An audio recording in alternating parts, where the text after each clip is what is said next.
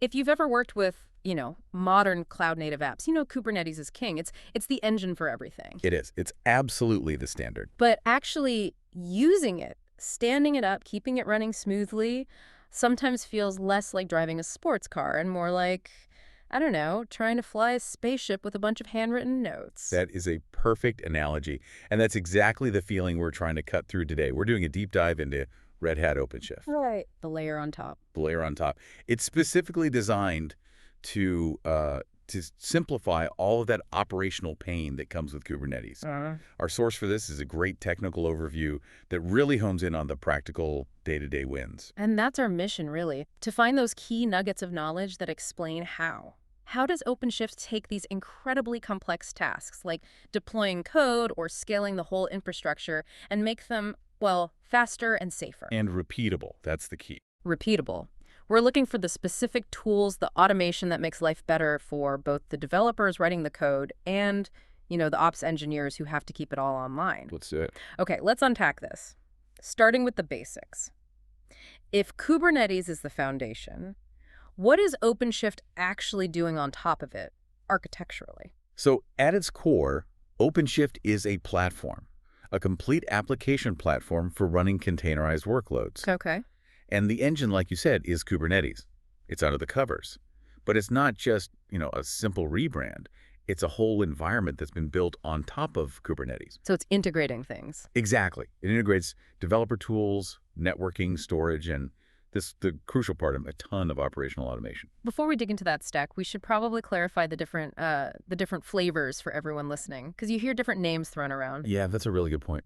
Yeah. It can be confusing. The upstream open source project is called OKD. Origin Community Distribution. That's where all the innovation happens. It's free. You can go and play with it right now. Then the commercial platform. That's OpenShift, the full, supported, hardened product.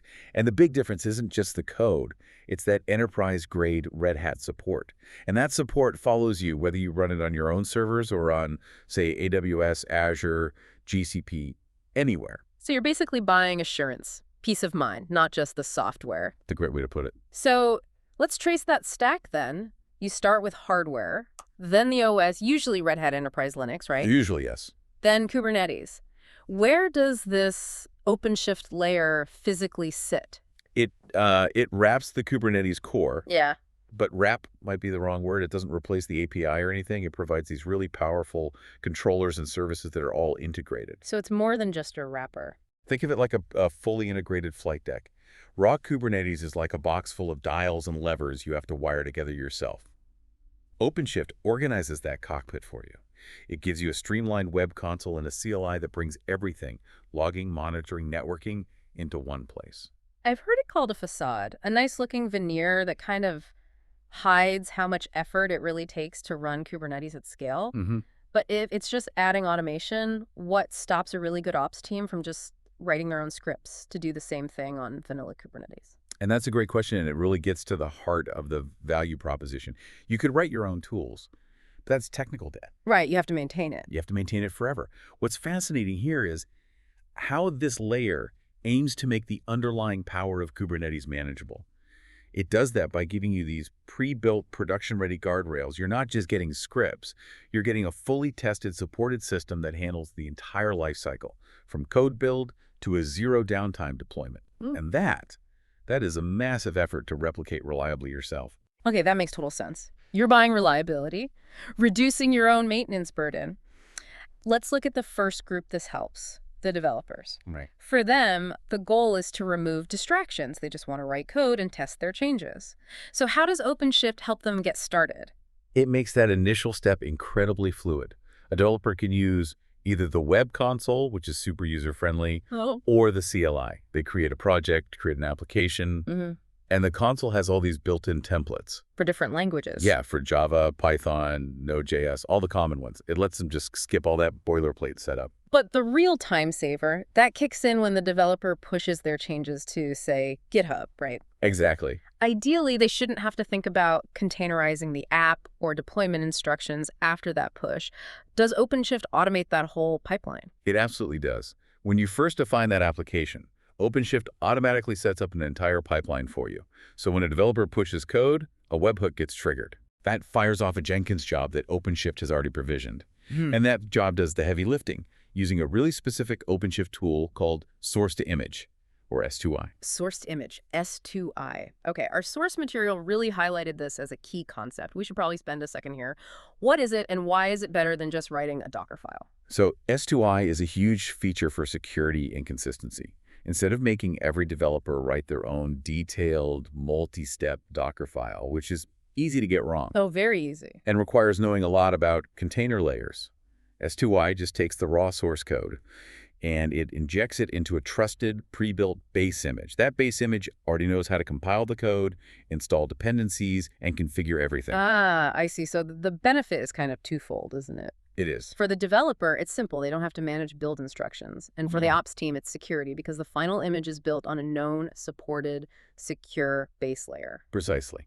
And once SQI creates that runnable Docker image, the Jenkins pipeline automatically pushes it to OpenShift's own built-in private registry. So that whole process code commit, S2I build, push to registry, is completely hands-off for the developer. It's totally hands-off. Okay, that's a major hurdle cleared, taking raw code and turning it into a stored container.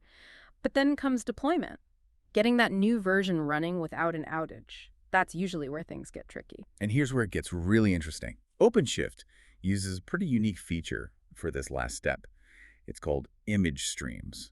And this is a big departure from how standard Kubernetes deployments work. Image streams, what are they?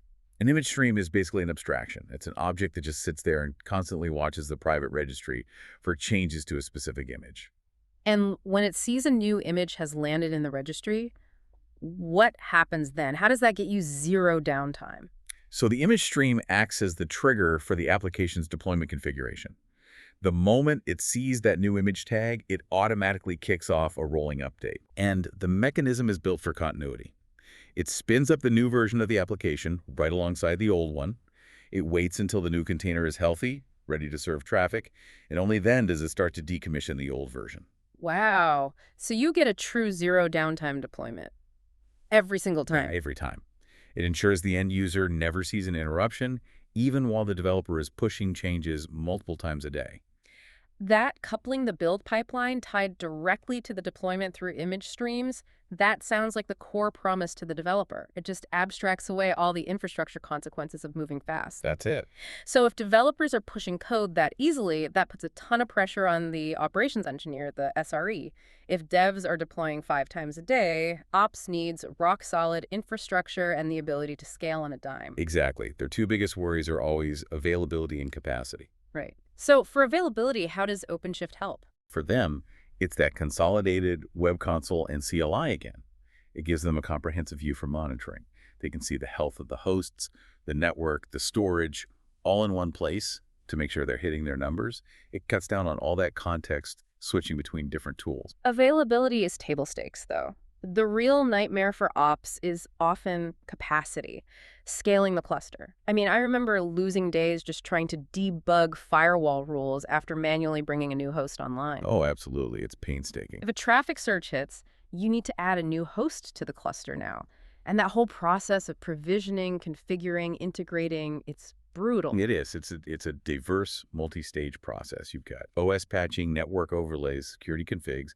And if you miss one step, you'll be debugging for hours later. Yeah. And this is the second critical area where OpenShift brings massive automation to the table. It uses Ansible playbooks. Ansible playbooks. So infrastructure as code, the instruction manual, but it's code, so it's repeatable every single time. Yes. OpenShift integrates Ansible to automate that entire sequence. Yeah. Spinning up a new host, configuring it exactly to the cluster standard, and integrating it seamlessly. And that works whether the new host is bare metal or VM Or sitting on a totally different cloud provider than the other nodes. It doesn't matter. The playbook ensures consistency, and it just dramatically reduces the risk of human error during what's usually a really high-stress situation. If we connect this to the bigger picture, using automation like Ansible is just essential for keeping infrastructure healthy at scale. It guarantees a consistent state. Right. It lets the ops team manage the infrastructure strategically instead of just constantly putting out fires from manual provisioning mistakes. So that level of supported, comprehensive automation, that really is the defining feature of OpenShift. It is. Okay, so let's recap. We've covered the ground. OpenShift is this supportive, integrated layer that sits on top of Kubernetes. Right. For developers, it drives efficiency with an automated pipeline. It uses S2I for safe image building, and then image streams for guaranteed zero downtime deployments. And for the operations engineers, it's about maximizing their efficiency by using Ansible playbooks to automate the hardest, most error-prone jobs, especially scaling the cluster. The platform's real value isn't just the individual tools, then. It's that they're all integrated by design. That's it. It takes the best parts of Kubernetes and wraps them in this structure that directly solves the biggest pain points for both dev teams who need speed and ops teams who need stability. So what does this all mean? Fundamentally, OpenShift provides a fast lane for both application delivery and infrastructure management. It shields the developer from ever worrying about Docker files or network settings. And it shields the ops engineer from spending days manually patching new cluster nodes. The goal is just maximum speed and maximum stability all the way through the application lifecycle. That's the goal. We've seen how OpenShift makes life easier for both developers and operations engineers, providing tools that separate and automate their key tasks. It really blurs the lines between development and operations.